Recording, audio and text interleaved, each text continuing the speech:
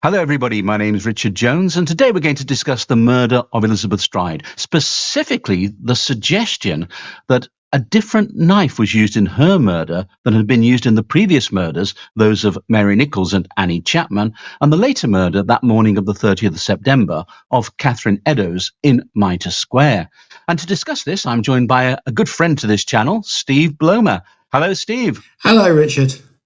How are you? Not too bad. Working hard.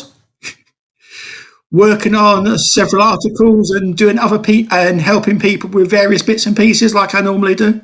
Well, let's talk about knives, because you've got there's a lot of suggestion been around that, in fact, there's quite a heated debate on whether or not Elizabeth Stride was actually a murder of the killer we now know as Jack the Ripper. In other words, was she murdered by whoever carried out the other murders? And quite a few people now believe that she wasn't, that she was actually the victim of a different perpetrator or perpetrators. What do you think about that? Oh, my view is quite straightforward. The police at the time had a reason to link them together. There must have been a reason. I actually believe that the reason today that so many people don't think she's a Ripper victim is because they don't want to go where it might lead them. And I have to ask them, where might it lead them? It might lead them to Schwartz being a witness who sees an actual attack, which would make him the prime suspect, the prime witness for Anderson's witness. And do you think he was? When we say Anderson's witness, we're talking about Sir Robert Anderson, who was the Assistant Commissioner at the time, head of the Criminal Investigation Department, who in his memoirs said that a witness had identified their suspect as having been the perpetrator of the crimes. Yes, well, a couple of years ago, on one of the casebook internet conferences, online internet conferences, I did a talk, which is up there on Rippercast, which looks at a set of criteria for identifying who the witness might have been. Now, I started off with the normal assumption that it was going to be either Schwartz or the vendor. I finished off with the vendor in about fourth or fifth place. He's really not, I was quite surprised, he's not a good choice for the witness.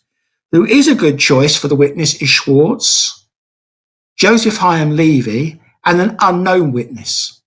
They are far better witnesses, in my opinion, on the criteria I use to try to select who the witness might have been than the vendor is. So Schwartz, I think, is probably the prime witness, or the prime suspect for the witness, if you know what I mean. That's what Robert Anderson speaks of. But it's all over on Casebook if people want to go and have a look at it at some stage. It's all there with slides and everything else. I'll put a link to that in the description below. So do you think Schwartz was the witness in question? Yes, I do. And if we look at some work that was done by the late, great Martin Fido, he, of course, originally suggested that David Cohen was Anderson's suspect, and there was a mix-up between the name Kosminski and Kaminsky, as in Nathan Kaminsky, who we covered in an earlier video. In his later work for Ripperologist magazine, he changed his mind and suggested that, in fact, Aaron Kosminski could well have been the killer of Elizabeth Stride. This was after research had shown that Kosminski lived close by to Berner Street. He changed his mind, saying that what he believed might have happened was that Kosminski had killed Stride, but not the others. He had been identified, therefore that points at Schwartz as the witness, and that the police had erroneously linked the Stride murder to the other murders. I'd like to think with time we might have got round to getting Martin to go the whole way of rejecting Aaron back in 87 to actually being prepared to consider him. But he was still in the Anderson suspect camp, so I've got no problems there. And do you think Elizabeth Stride's murder was carried out by the same person who carried out the other murders? I see no reason to think not. None whatsoever. And just to say, because this is a comment that's often made in the comment section on various videos that we've done, people saying that Israel Schwartz identified Aaron Kosminski, and that is a known fact. No, he didn't. He said he'd seen a man attacking Stride, throwing her to the floor. He never identified it. Nowhere it says he identified who the individual was. The argument I and other people put forward is that when he finally did identify somebody, that person turned out to be Aaron Kosminski. Not that he identified. We don't say that, oh, he said that's Aaron Kosminski. Now, that never happened. He saw somebody, I believe he saw somebody attacking Elizabeth Stride, and at a later date, he identified who that person was. And that person, in my view, turned out to be Aaron Kosminski. If it wasn't Aaron Kosminski, whoever it was, he pointed out as such. Because, again, we don't know that Aaron Kosminski was Anderson's suspect, do we? I mean, all that Swanson says is Kosminski. Aaron is an assumption made by us in the last 40 or 45 years, basically. Yeah, and just to reiterate or to rejig on that, basically what we have is Anderson doesn't name the suspect. He just says there was a suspect who was identified by a witness. And Chief Inspector Donald Sutherland Swanson, who was in charge of assessing all the information that came in on the case, later on in his copy of Anderson's memoirs, pencils the name Kosminski into that copy of the memoirs, but doesn't actually give the name Aaron Kosminski. We just know it was a Kosminski. There's no. He does not give an identifier a first name. I would argue because he's writing for his own benefit. He doesn't need to name who it was. He knows who he's talking about. It's just us who don't know. So shall we talk knives? Because yes, on to knives. I have recently started doing a couple of articles for the new relaunched Ripperologist magazine. The first one covered the canonic 5. The second one, which will be in the next edition, looks at the blades used for the non-canonic 5. So that's going to mainly concentrate on tabrum and were there 2 blades used in tabrum, basically. That's going to be looking at that one there. And then we will later on that article, I will compare them to the knives used in the canonical murders. So with the canonical 5, let's talk Mary Nichols. We do have a doctor's statement as to what type of knife he believed had been used in Mary Nichols' murder, don't we? Yes. So what we have several comments that are made here. So we have the first one, which comes from these are all by Dr. Llewellyn, by the way. The first one comes from the Morning Advertiser on the 1st of September. The weapon used could scarcely have been a sailor's jackknife. It was probably a pointed weapon with a stout back, such as a cork cutter's or shoemaker's knife.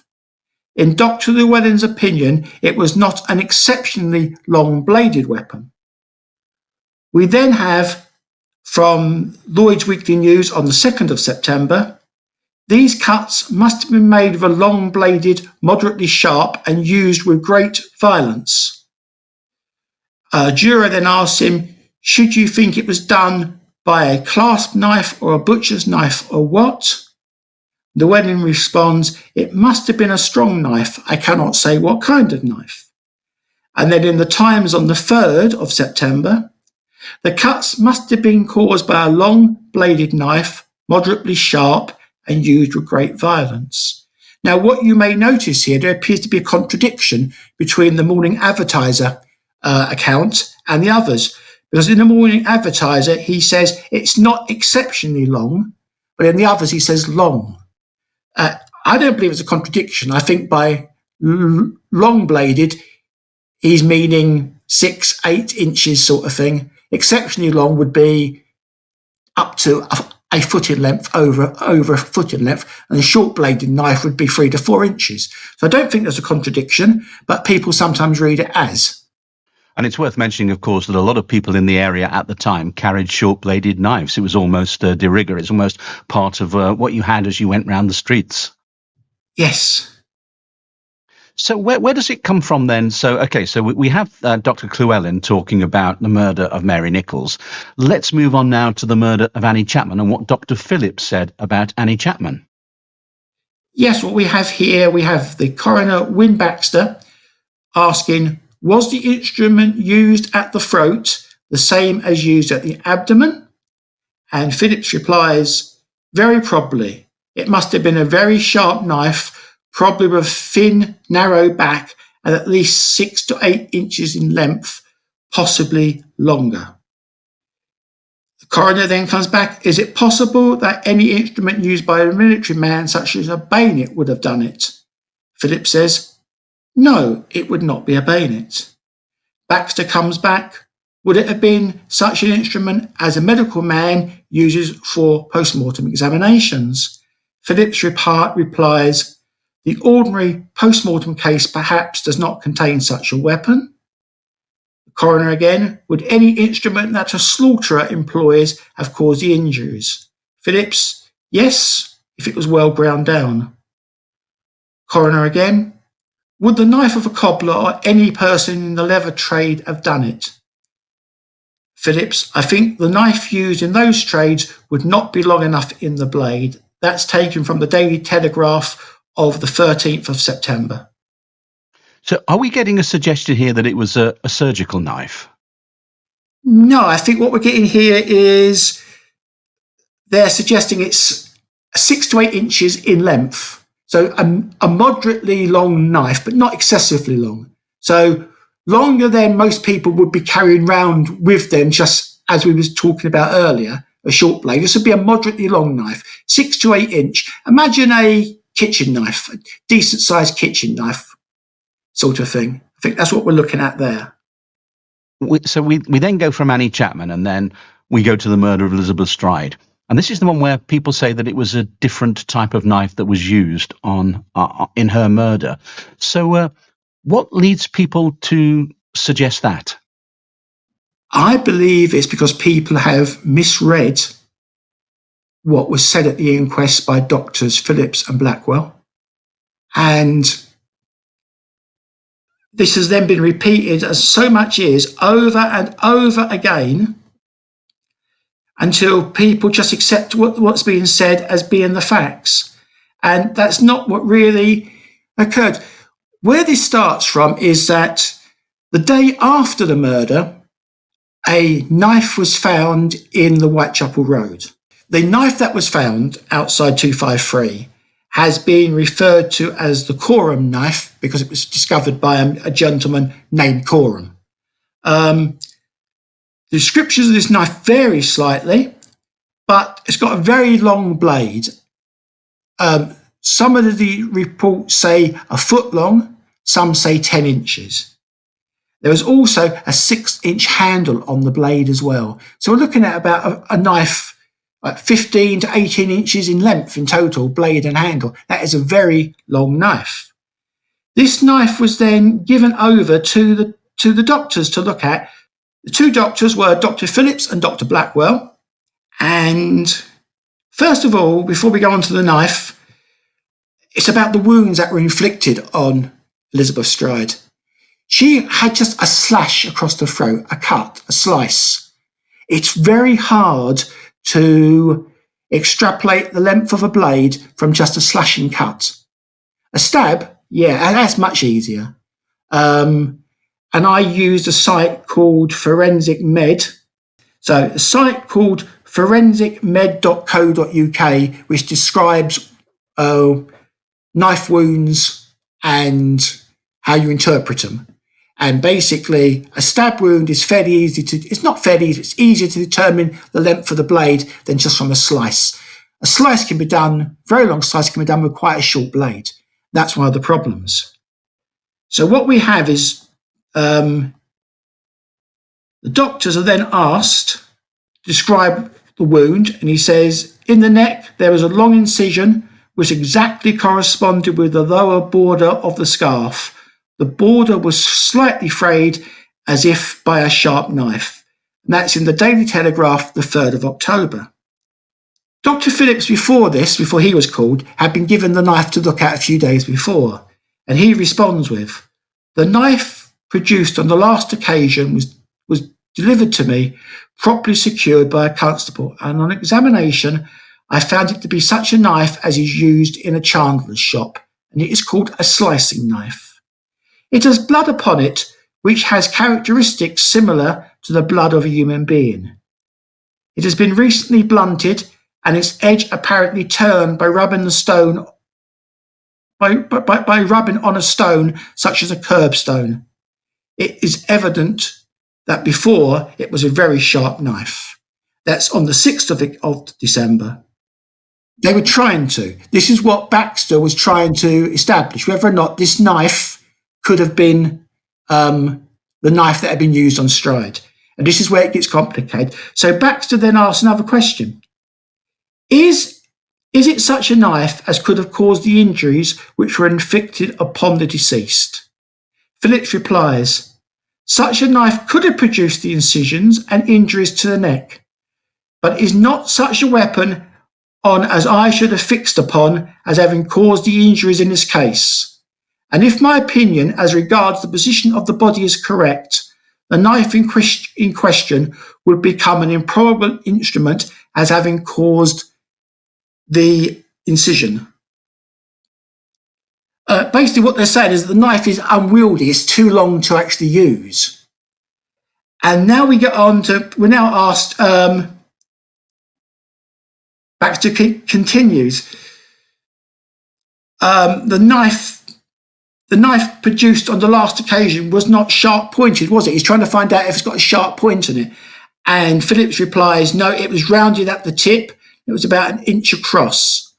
The knife was wider at the base." And when he says the last occasion, he's referring to Annie Chapman, or? No, he's referring to the knife that he looked at, the knife that they had looked at before. So it's the previous knife that they'd looked at. This knife had been produced in court previous to Phillips's talking about it, and he'd been asked to go away and look at it, and then come back and being asked questions about it. Sorry about that. So to me, it seems that the coroner is trying to ascertain if the knife, if it being rounded and blunted, which Phillips and Blackwell have both said it is, could have made the wound to the throat. And Phillips is being very, very non-committal here, and he says there's no indication that the knife which cut the throat was pointed. Blackwell actually agrees with Phillips that the Coram knife could have inflicted the wound to the neck, but like Phillips, he considers it unlikely.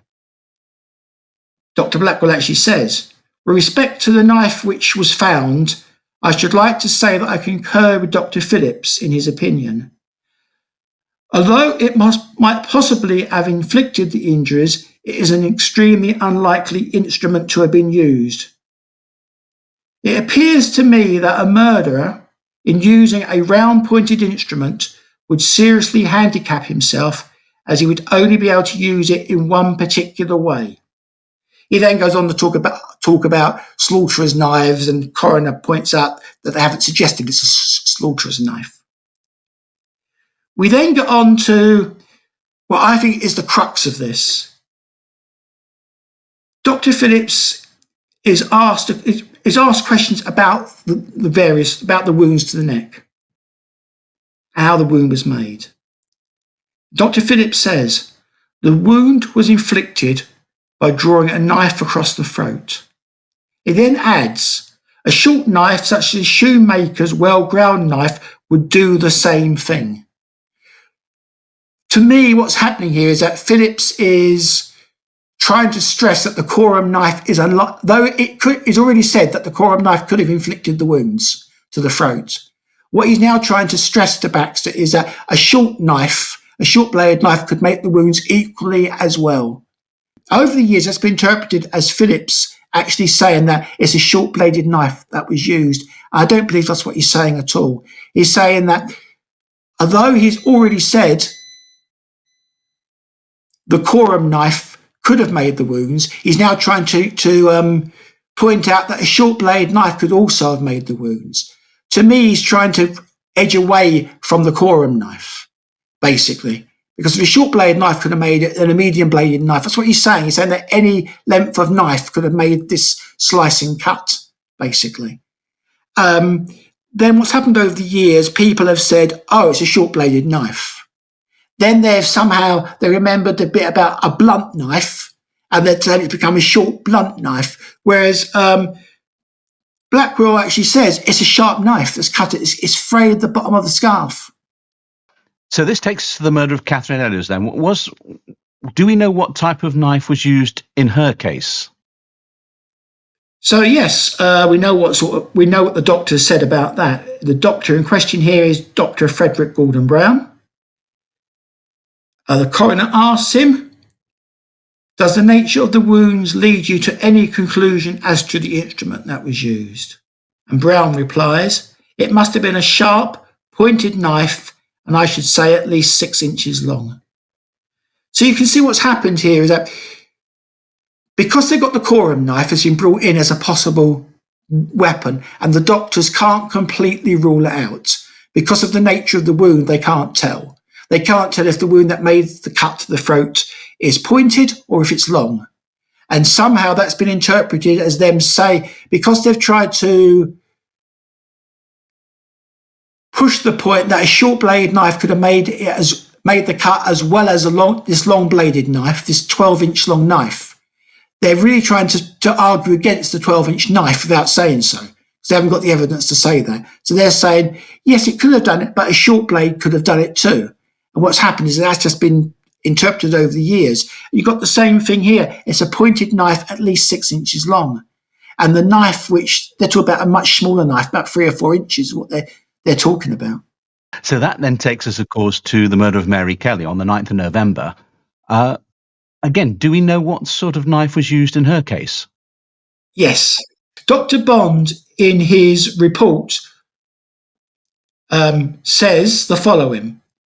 The instrument must have been a strong knife, at least 6 inches long, very sharp, pointed at the top and about an inch in width. It may have been a clasp knife, a butcher's knife, or a surgeon's knife. I think it was no doubt a straight knife. So basically, what I'm getting from this is that we can say with certainty that a similar, if not the same type of blade was used in the murders of Mary Nichols, Annie Chapman, Catherine Eddowes, and Mary Kelly. And because of the Coram knife, there is debate or uncertainty about what type of blade might have been used with Elizabeth Stride. But when you actually look at the evidence, it was the same type of blade. It would appear to have been the same sort of blade. I mean, the problem is that if we hadn't have had the Coram blade brought in, I don't think we'd have any of this thing about a short-bladed knife. If I hadn't had the Coram knife, I think we had a situation where the doctors would have said, because of the nature of the wound, we can't say how long the blade actually was. Been as simple as that, because there is no way of telling the length of a blade from a slice. It's like, look at a paper cut. Paper cut can be made by a little bit of paper. It can be a really long cut across your hand. There's no way of telling just how long a blade is at the moment it makes a slice. You can tell the width, perhaps, but that's about it. And how reliable were the doctors? I mean, obviously, forensics weren't at the stage that they are now. So how reliable do you think those doctors were in what? Because obviously they don't know what the blade is. No, it depends on what you're looking at. For issues like stab wounds, I believe they're quite reliable. They would have been dealing with stab wounds for years, quite honestly. They would have now to tell how far a knife goes in. For instance, I mean, normally you tell the length of a blade by how far it penetrates in, which organs it contacts. So, unfortunately, because there's no mutilations, no cut into the torso of Elizabeth Stride, it's just a throat cut. So there's no way of telling how long it was. And they've been given this knife, the Coram knife, and they've been asked to say, is this the murder weapon? And they've said, we don't think it is. We think it's unwieldy. We think it's not the weapon we'd use. But they can't rule it out because it could have made the cut.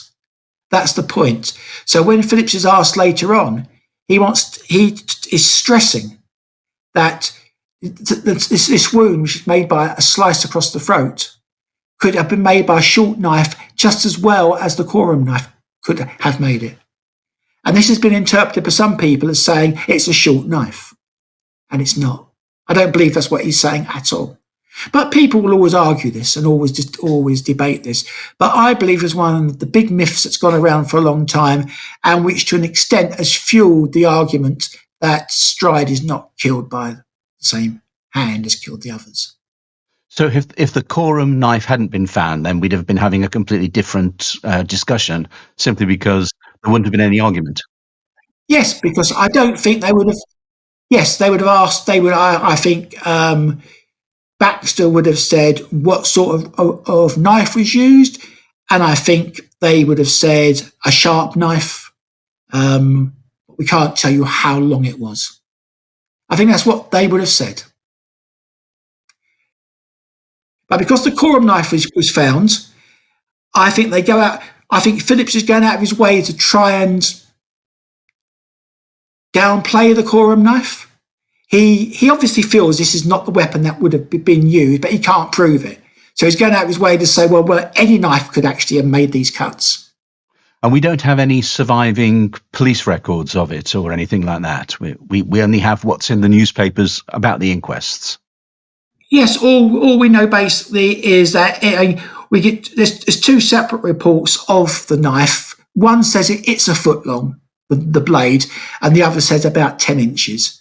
Now, it could just be one's rounding, the foot is rounding down, or the 10 inches is, but it's also got a 6-inch handle on it. And that is, well, sort of like this long, isn't it, Richard? That is a big knife.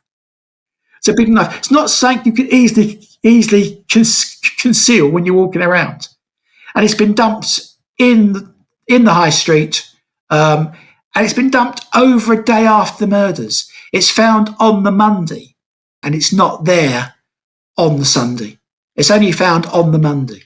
So it's well over 24 hours after the murders take place that it's found. I don't think it's connected at all, but it was found, it was brought to the inquest.